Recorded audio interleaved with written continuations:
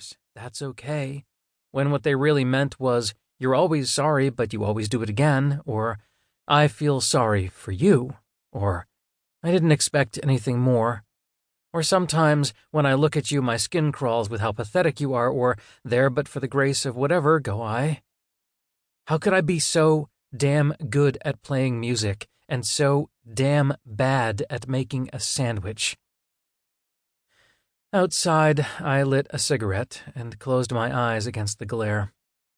I could feel the sun in the red I saw behind my eyelids and the prickle of sweat it brought out under my arms, but the heat didn't register.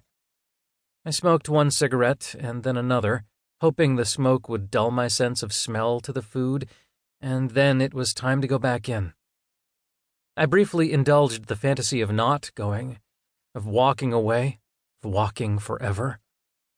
Then I unstuck myself from the alley wall and forced myself back inside. I said what I was doing, low under my breath, to keep myself on track. The sandwiches got made. Christopher smiled at me tentatively. The shop closed. When I peeled off the gloves, talc clung to my skin in scabrous patches, and I scrabbled at the faucet to wash my hands before I puked. Floor swept and mopped, counters gleaming, I finally looked at Christopher. I'd felt his eyes on me as I cleaned. He was worrying his lip and running a hand through his hair, and I decided to put him out of his misery. I'm crap at this, I said. You have 20-year-olds who are better at making sandwiches than me. My brother smiled sadly. 10-year-olds are better at making sandwiches than you. I shrugged. I get it. Jude. The way he lingered over my name said everything I already knew. He'd let me stay if I really wanted to. He wished he could do more to help me. He wished things were different. He wished I were different. You have to do what's good for Melt, I told him. Don't be an idiot. I'll be fine. Hey, it could be true. Christopher pushed himself up to sit on the counter I'd just washed, powerful arms lifting his weight easily, powerful legs swinging. My little brother had been bigger than me since he was 12. What are you gonna do? Music was all I'd ever wanted to do. It was what I'd worked for my whole life, the one place I felt good in my own skin.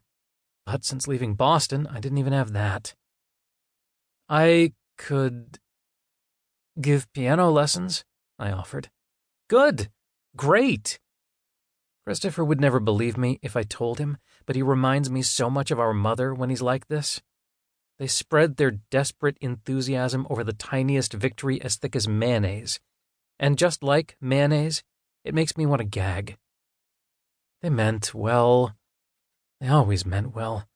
Especially Christopher. He didn't even want anything from me. He only wanted things for me. I swallowed hard and forced a smile. My muscles moved as if through tar. Yeah, I'll ask around. If you make a flyer, I'll post it on the bulletin board, Christopher said, gesturing toward the board packed with community activities, fundraisers, and job postings. And Ginger'd post one in small change, I'm sure. He paused. Well, I'm pretty sure, but ask her, since it's not my shop. Obviously. My smile at that was genuine.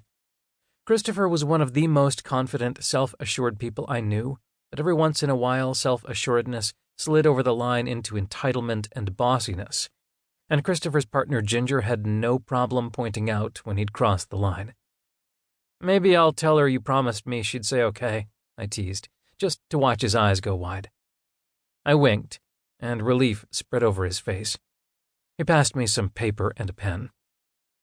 Christopher had moved into Ginger's apartment above her tattoo shop last month, and I'd never seen him happier.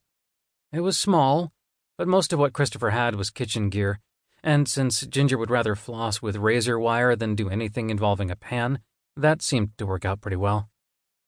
She liked to play a game where she texted me pictures of Christopher, doing complicated things in the kitchen with captions like, browning butter, cooking technique, or 16th century torture, and broasting, cooking technique, or what happens when dudes get together and brag about shit.